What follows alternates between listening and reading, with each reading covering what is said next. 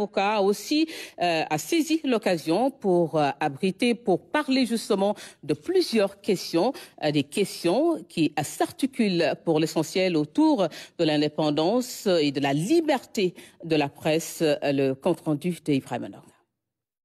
Fine silhouette d'un militant politique et avocat qui s'est fait au nom au Sénégal en prenant la défense d'Ousmane Sonko. Cet après-midi, Juan Branco est dans les locaux de la RTS pour rendre visite au nouveau directeur général. Au menu des échanges, différents points abordés, dont la nomination de Pape Alé Niang à la tête de la RTS. C'est le plus fort qui était mis en œuvre depuis la transition démocratique qui est intervenue il y a quelques semaines. Symbolique parce que je pense que cet homme a incarné une forme de courage et de ténacité à un moment où le pays menaçait de sombrer dans des heures sombres et notamment de la violence et du mensonge. Et je suis convaincu par ailleurs qu'il va impulser cette culture de la vérité qui est pour moi la priorité dans tout travail d'information à tous les niveaux hiérarchiques en fait au sein de cette institution et donner l'exemple du coup aussi au reste de la presse sénégalaise. Une presse libre et indépendante dans un pays où la liberté d'expression est consacrée par la charte fondamentale. Les défis ne manquent pas. Comment l'avenir se dessine pour ce pays, que ce soit question d'impunité, que ce soit question de gouvernance. Il y a beaucoup de défis. Et là, je pense que la priorité est évidemment de redonner de la souveraineté aux populations sénégalaises, de leur redonner de la force et de la capacité à la fois non seulement économique, mais plus généralement de souveraineté politique. Et je pense qu'avoir des médias puissants, indépendants, nationaux, c'est fondamental comme démarche. Et donc évidemment, la RTS fait partie, je pense, des défis des institutions qui sont en train d'essayer de relever ce défi. Des défis énormes qu'il faut relever pour être en phase avec les attentes des populations. Il aura fallu 45 à 60 minutes pour aborder plusieurs questions. Autre aspect de l'actualité nationale, 14 jeunes Sénégalais viennent d'obtenir leur diplôme de fin de formation au Game Up Sénégal de la DRFJ. Ils sont désormais outillés dans la création de jeux. L'industrie du jeu draine des demandes financières importantes à travers le monde et constitue une niche d'opportunités d'emploi pour les jeunes. Amadou Diallo. Une période intense d'incubation de plus de 6 mois vient ainsi de s'achever. Le Game Up Sénégal, c'est la création, l'éducation et la collaboration entre les acteurs de l'industrie du jeu vidéo. On a mis à disposition du matériel pour qu'ils puissent arriver à faire les jeux vidéo. Également le mentorat. Il y a des gens qui sont venus d'ailleurs, qui sont venus pour vraiment aider ces jeunes à pouvoir réaliser ce qu'ils veulent faire. En dehors de ça, il y a des formations. Comme ce que j'ai dit tantôt, la formation en game design n'existe pas au Sénégal. Et le fait de pouvoir leur donner cette formation a été très bénéfique pour eux durant ces 6 mois d'incubation. La DRFJ accueille le programme Game Up au sein de son plateau d'innovation au bénéfice de jeunes talents en création de jeux. Ce projet est très important pour nous parce qu'au niveau de la DER, nous nous positionnons vraiment comme un catalyseur de l'écosystème entrepreneurial et surtout au niveau du D-Hub, qui est notre plateau d'innovation, où vraiment nous souhaitons créer des synergies, donc vraiment de manière multisectorielle. Et aussi, nous souhaitons véritablement démocratiser l'innovation et la technologie au sein de notre écosystème entrepreneurial. Donc dans ce sens-là, effectivement, c'est vrai que le Game Hub est une initiative qui nous a beaucoup plu et que nous sommes ravis véritablement d'accueillir au sein de la DRFJ. Un bilan extrêmement positif. Déjà, on voit du résultat concret avec des jeux qui sont prêts aujourd'hui à être dévoilés au grand public, bientôt distribués sur les plateformes locales Gara et Kaifoplay, et puis sur les stores internationaux, le Google Play Store et l'Apple App Store, et d'autres canaux également. Donc voilà, on a aidé les jeunes déjà à produire leurs premiers jeux vidéo, mais aussi maintenant à les commercialiser pour commencer à en tirer du revenu. Les jeux vidéo créés durant les 6 mois d'accompagnement ont été présentés.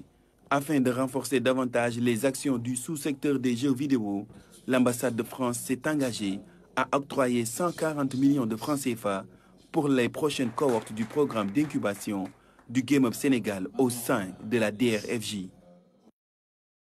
Menu de levée des couleurs ce lundi au lycée Birag Diop. Pour clôturer l'année académique, la direction de l'école a invité l'armée pour dispenser aux élèves une leçon de civisme et de citoyenneté, une initiative saluée par les élèves, mais aussi l'encadrement. Luis Pizza.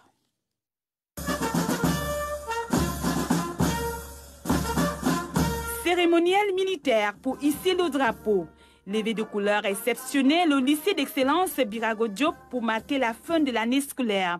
Et comme les bonnes notes s'obtiennent dans la discipline, les hommes maintenus se sont donné un exemple pour le culte du travail, chemin du véritable développement.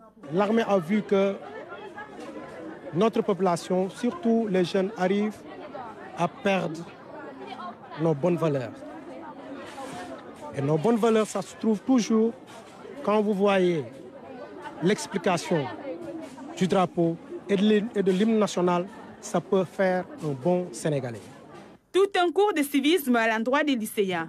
Birago Diop, un lycée d'excellence dont la discipline doit se refléter à tout point de vue. L'armée, merci, merci. Parce que rien que votre devise, on nous tue, mais on ne nous déshonore pas. C'est chargé d'histoire. Ah, il faut bien retenir la devise de l'armée. On nous tue. Ça vous donne le culte du travail et le travail bien fait. Chaque année, c'est des mentions très bien, bien, assez bien. Et on souhaite que cette année aussi, que nous ayons de très bons résultats au baccalauréat et au BFM. Le message, en fait, c'est dans leur comportement d'abord. La tenue. Déjà, un seul homme parle, tout le monde exécute. Ça, c'est un message. Message de discipline, mais aussi message de respect. Message pour message, eh bien, nous disons oui à l'armée. Les responsables du lycée veulent inculquer dans l'esprit de leurs apprenants le civisme et la citoyenneté. L'armée étant un modèle de droiture, tout le corps professoral s'est mobilisé pour permettre à ses futurs leaders d'assimiler le cours du sergent-chef Abdoulaye Tandine. Au Sénégal, si on se félicite depuis longtemps d'avoir une armée professionnelle reconnue, et cette armée repose effectivement sur des vertus, sur la discipline et sur la droiture. Et les militaires ont toujours été des modèles pour le Sénégal. La preuve, aujourd'hui, on a 2 grands militaires à la tête des armées, à la tête du ministère de l'Intérieur. J'ai beaucoup appris. On m'a appris que la discipline et le travail peuvent nous apporter beaucoup de choses aujourd'hui. Quand on sera grand, on saura qu'est-ce que ça nous apportera. On aura de bonnes notes pour nos parents. La cérémonie met donc en évidence le culte armée-nation. Et c'est ce modèle de droiture de l'armée que le lycée d'excellence Birago Diop veut prôner. Le moment de la montée des couleurs est également une tribune pour l'administration de sensibiliser concernant les activités de vacances. Louise Pizza, nous restons dans l'environnement scolaire pour signaler la suite du forum REPAT à l'Institut des sciences et technologiques de la communication ISTC d'Abidjan. En marge justement de cette rencontre de la diaspora pour un retour de la mère patrie, un panel a réuni journalistes professionnels venus de 4 pays, dont le Sénégal, mais aussi des jeunes étudiants en journalisme pour échanger sur la profession. Envoyés spéciaux à Abidjan, Pape Sidiya et Abibou Maïa. Dans la plus grande école de journalisme de Côte d'Ivoire, ISTC, rendez-vous était donné en marge du forum REPAS pour mettre en face les étudiants avec 4 professionnels venus des États-Unis, du Sénégal, de la France et de la Chine. Chacun de livrer sa petite et modeste expérience journalistique marquée par des hauts et des bas. Une longue séance de questions-réponses au cours de laquelle les étudiants de l'Institut des sciences et techniques de la communication ont mis à profit pour interpeller sur la carrière de chacun en période de paix et de guerre, devant des situations où la liberté et la responsabilité doivent guider la démarche journalistique très appréciée. Being here and covering this event, and I really love talking to students. Je suis vraiment heureuse d'être ici et de découvrir cet événement, de discuter avec les étudiants qui veulent poursuivre leur carrière dans le journalisme. Il est vraiment important d'échanger avec ces jeunes étudiants et de partager les expériences sur le continent, mais aussi au-delà du continent africain. Notre histoire a été racontée par d'autres. J'aimerais que la jeune génération puisse raconter sa propre histoire. Je suis heureuse d'être là et j'apprécie cette initiative. C'est aussi un moment de partage de plusieurs années d'exercice de la profession. C'est partager une expérience, un parcours. Et moi, j'aime faire ça avec les étudiants, j'aime faire ça avec les jeunes, parce que j'ai été dans leur situation il y a déjà quelques décennies. Et j'ai pas forcément eu l'occasion d'avoir ce type de rencontre avec des professionnels qui ont déjà un parcours derrière eux. Et moi, j'aime bien les écouter, j'aime bien comprendre aussi quelles sont leurs préoccupations. Quand on a reçu, il faut savoir donner. Et j'aime beaucoup revenir vers les jeunes pour leur dire ce que j'ai appris, ce que je peux partager avec eux. Un partage fort apprécié par les étudiants de l'ISTC d'Abidjan. C'est une très belle expérience d'échanger avec ces gens-là qui viennent nous partager l'expérience d'autres pays. Parce qu'ici, c'est vrai qu'on apprend les règles du métier, mais là, on a une expérience palpable, une expérience pragmatique du métier, qu'est-ce qui se fait ailleurs, et on sort vraiment enrichi de cette séance-là. Cette expérience de journaliste professionnel avec des étudiants débordant d'ambition et prêts à s'engager dans une nouvelle carrière est une opportunité qui entre en droite ligne du Forum REPATS, qui en est à sa 2e édition. Restons dans le monde des médias. Le nouveau directeur général du quotidien national Le Soleil est officiellement installé dans ses fonctions. Lamine Nia promet de faire de l'Arceau de Han une référence dans le paysage médiatique sénégalais. Des innovations de taille attendue également. Explication dans ce compte-rendu de Dame Silla. Après 6 ans et demi à la tête du quotidien national Le Soleil, Yaram Kodou Ndende Mbaye cède la place à Lamine Nia. Le tout nouveau directeur général de l'Astre de Han promet de relever les défis de la boîte. Nous devons assumer pleinement, et ça je tiens, nous devons assumer pleinement notre leadership en journalisme ici au Sénégal et remplir avec fierté notre mission de service public de l'information en nous ouvrant notamment aux citoyens sénégalais établis à Dakar, dans les régions et dans la diaspora. Parallèlement, les équipes marketing et commerciales devront se remobiliser. Pour saisir de nouvelles opportunités de monétisation, il s'agira de construire un écosystème de produits et d'offres innovants permettant de générer de nouvelles sources de revenus tout en renforçant notre positionnement sur le marché. Le directeur général entrant du quotidien national Le Soleil promet aussi de faire des orientations qui s'adaptent aux réalités des technologies de l'information et de la communication. S'adapter aux réalités du paysage médiatique, élargir notre lectorat en cherchant à attirer une audience plus jeune et relever le défi de la transformation digitale. C'est pourquoi je ferai de la transformation, plutôt de la digitalisation, une priorité absolue. Nous devons moderniser notre infrastructure informatique, développer de nouveaux produits, nous adapter aux nouvelles habitudes de consommation de l'information du lectorat. Notre modèle économique doit être repensé et réinventé en profondeur pour trouver de nouvelles sources de revenus.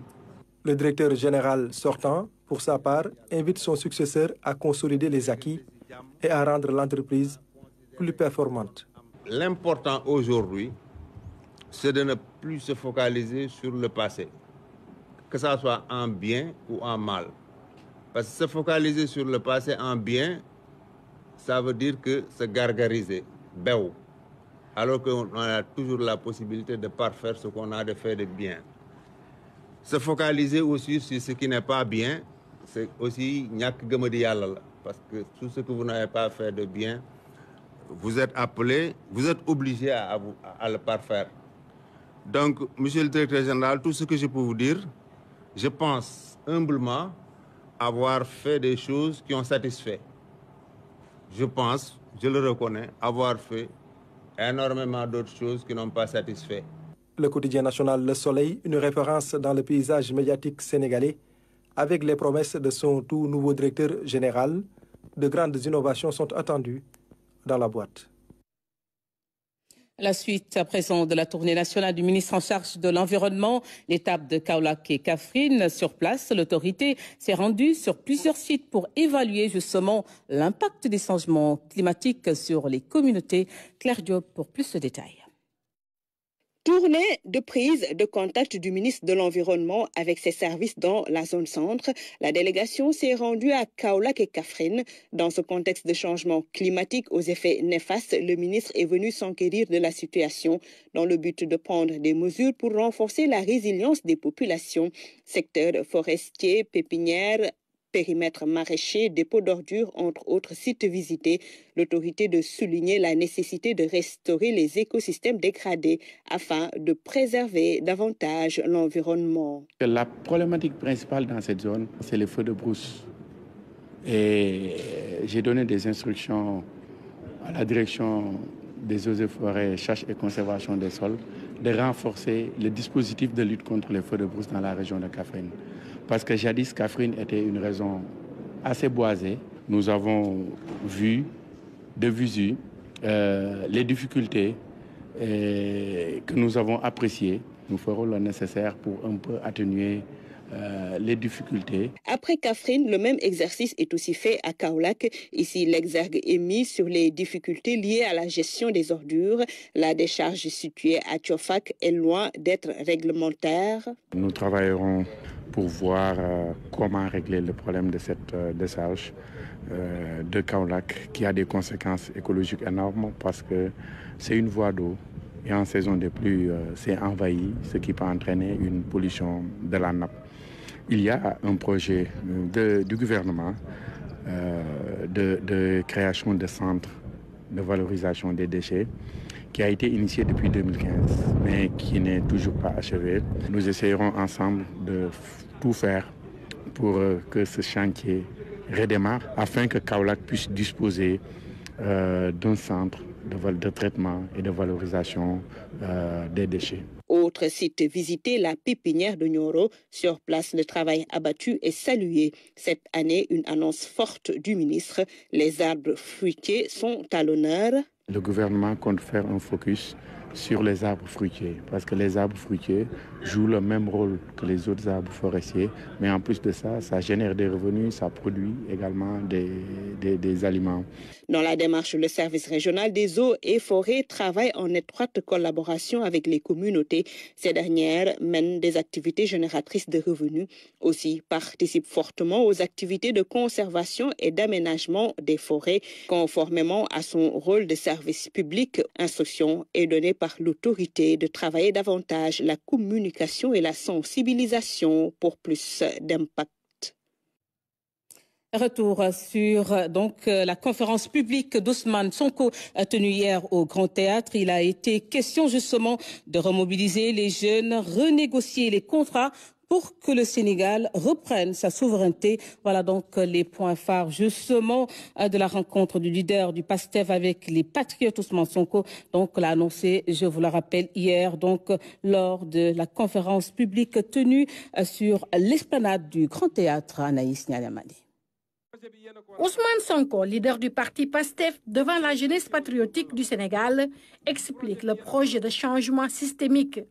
Une conférence politique au cours de laquelle le Premier ministre a dévoilé certains projets du nouveau gouvernement, dont un nouveau référentiel des politiques publiques intitulé Vision Sénégal 2050. Le Premier ministre, M. Ousmane Sonko, a parlé effectivement d'économie et d'une certaine vision 2050.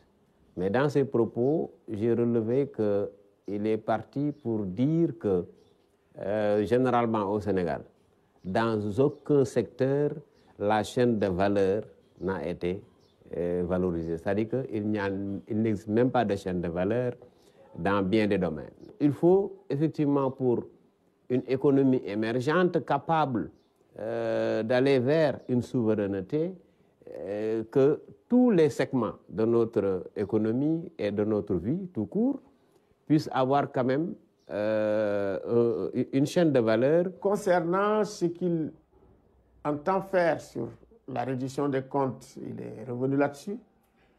Il est évident qu'aujourd'hui, tout le monde applaudit. On annonce aussi sur la baisse du coût de la vie. Parce que la baisse du coût de la vie, c'est extrêmement important. C'est une très forte attente à l'heure actuelle. Et vraiment, maintenant, on a besoin de beaucoup plus de sérénité pour avancer. Mais il faut qu'on continue à nourrir les échanges, les conflits, les contradictions, les argumentations. C'est ça la vie de la démocratie. La fiscalité des entreprises de presse a été aussi évoquée par le chef de gouvernement. C'est par rapport au paiement des impôts de la presse. Je ne parle pas de la presse, mais d'une partie de la presse qui jouissait des avantages de l'ancien régime, qui pouvait se permettre tout ce qu'il voulait, travailler, couper à la source les salaires des employés et ne pas les reverser. Pourquoi il a parlé de détournement de deniers publics? Parce que cet argent-là, c'est de l'argent public qui appartient à l'État, il fallait verser ça à l'État. C'est de dire à cette presse-là, donc privée, qui sont des entreprises privées, mais qu'elle doit payer les impôts. C'est vrai, l'impôt est fait pour être payé, mais vous savez, les entreprises de presse, que ce soit du privé comme du public, ont un rôle de service public. Et ce rôle de service public, de temps à autre, l'État du Sénégal doit faire des facilités pour ces entreprises de presse-là. En quoi faisant?